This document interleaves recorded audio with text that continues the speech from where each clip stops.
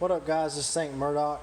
This is a quick video reply to Skeeta B's video on YouTube about how he converted his DeWalt dw920 here over to a lithium powered drill. Basically, this drill, I've had it for a long time, and the battery packs has gone through two of them. I've had them rebuilt once. And I got tired of having them rebuilt and continually using them, and they don't hold their charge anymore. So I saw his video randomly on YouTube, and I was like, let me check this out. Picked up two Sony 18650s from a vape shop, and ordered me some 18650 that they use for battery banks. It's these little nickel strips that you use to basically solder terminal to terminal. And then I ordered the tried and true Dean's connectors because I wanted to build in a charge port to the bottom of the drill so that it could be recharged.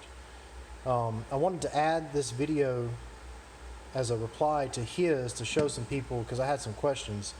I ended up going with some, I think this is 16 gauge wire, I believe.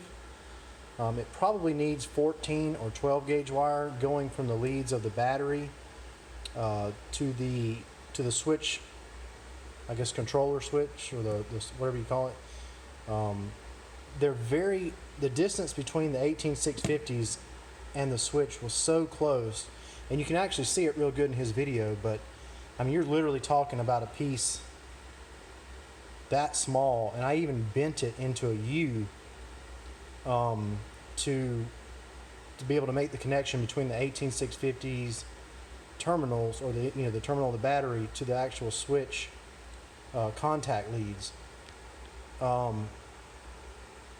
also wanted to add on the switch here, there's a metal plate that goes on the switch module, and you can actually ground that out between the negative side of your battery lead and that metal plate.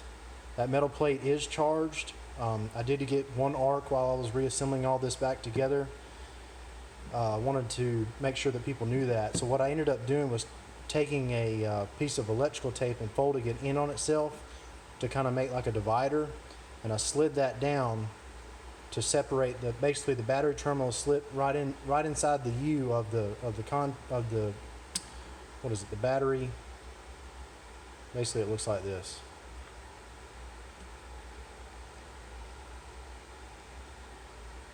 Looks like that, and I used the electrical tape separator to just make sure that if the batteries ever did dislodge or move, they wouldn't make contact with that metal plate and arc inside the grip here. But yeah, I used a Dean's connector, heat shrink, used hot glue to literally just hold just this back area in place, and then I used hot glue to hold the batteries together.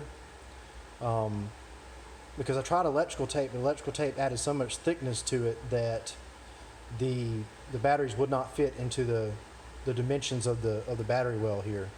But everything's been tested and working. I really like this mod. Very happy with it. I'm using an old Onyx 230 RC made by Duratrax charger with a Dean's connector adapter on the banana clips. I think these Sony 18650s, I can't remember the milliamp hour, but I went like 100 milliamp hour below on the settings on this charger, and then set the time out. And the charge amps, I'm charging at like 0.8 amps. It doesn't take very long to charge it, and it does a good job. But I wanted to add this, maybe clarify some things for some other people, because I had some questions after I watched it. I did use a Dremel to clear out the areas on both sides of the grip. I probably took out more than I needed.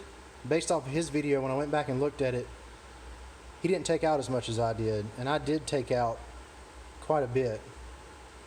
That's why I used the hot glue to kind of hold it all in place.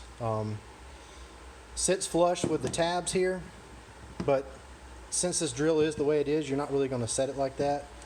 Even if you did put it in the straight up position, you could stand it up like that. barely. I don't really store it that way. I use it just for random little tidbits here and there, but yeah, I hope this helps somebody else out. Thank y'all.